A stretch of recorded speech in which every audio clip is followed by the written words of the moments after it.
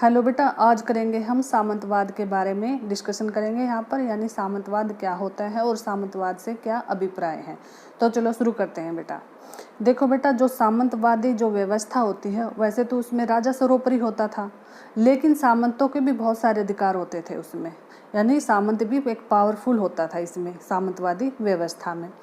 और एक तरह से ये सामंत जो होते थे वो दबाव समूह का कार्य करते थे, यानी जो सामंतों को राजा भूमि देता था उस भूमि से ये लगान वसूल करते थे और वहाँ का जो प्रशासन होता था, स्थानीय जो प्रशासन था, उसको संभालते थे।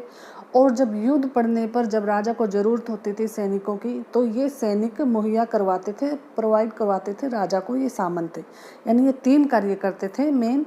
ये राजा के लिए लगान वसूली करते थे उस भूमि से, स्थानीय प्रशासन को संभालते थे और सैनिक सेवा उपलब्ध करवाते थे। और मध्य युग में सामंत व्यवस्था ने समाज को संचालित करने का कार्य किया था बेटा, और जिसका मुख्य आधार कृषि आधारित अर्थव्यवस्था थी। और स्थानीयता की प्रवृत्ति भी इसका एक मुख्य विशेषता थी। स्थानीयता के मतलब क्या था बेटा, कि जो पैदावार होती थी वो बाजार के लिए नहीं होती थी, यानी जो बस सिर्फ अपने उपभोग के लिए, जो वहाँ पर जो गांव थे वो अपने उपभोग के लिए वो उपज करते थे बेटा, पैदावार करते थे। और जैसे कि गांव थे वो आत्मनिर्भर बन गए थे, यानी स्थानीयता की प्रवृत्ति ज़्यादा थी बेटा इस सामंतशाही व्यवस्था में। सामंतशाही जो व्यवस्था थी उसमें क्या था बेटा, कि राजनीतिक शक्ति का विकेंद्रीकरण हो गया था। वैसे तो राजा सर्वोपरि होता था, लेकिन उसकी जो शक्ति थी वो विकेंद्रीकरण हो गई थी, कई भागों में वो बट चुकी थी, जो कि एक श्रृंखलाबद्ध तरीके से कई स्तरों पर विभाजित थी।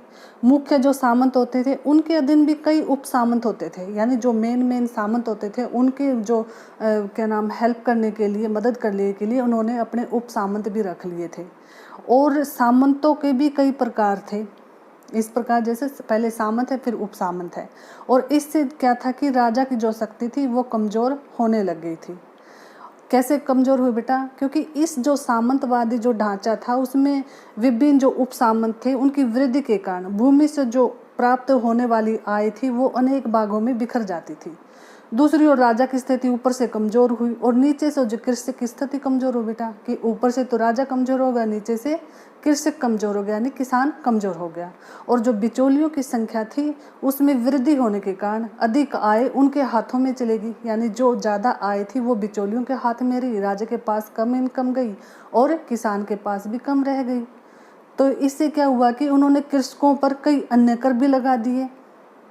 तो इस प्रकार जो ये थी बेटा, राजा की शक्ति कमज़ोर होने के कारण जो ये सामंत थे ये स्वतंत्र हो जाते थे, यानी जब राजा वीक पड़ जाता था, कमज़ोर पड़ जाता था, तो उसकी जो स्थिति को भांपकर ये अपने आप को स्वतंत्र घोषित कर देते थे और छोटे छोटे स्वतंत्र राज्यों की स्थापना कर लेते थे। और कृषि दास की परंपरा को भी बढ़ावा इस सामंतवाद व्यवस्था ने दिया बेटा। और जो विशेषकर नारियों की जो स्थिति थी वो सामंतवाद जो व्यवस्था थी बेटा, इसमें नारियों की स्थिति में भी गिरावट आई। तो ये था बेटा सामंतवाद। तो आई होप आप बेटा आपको समझ में आ गया होगा। थैंक यू बेटा।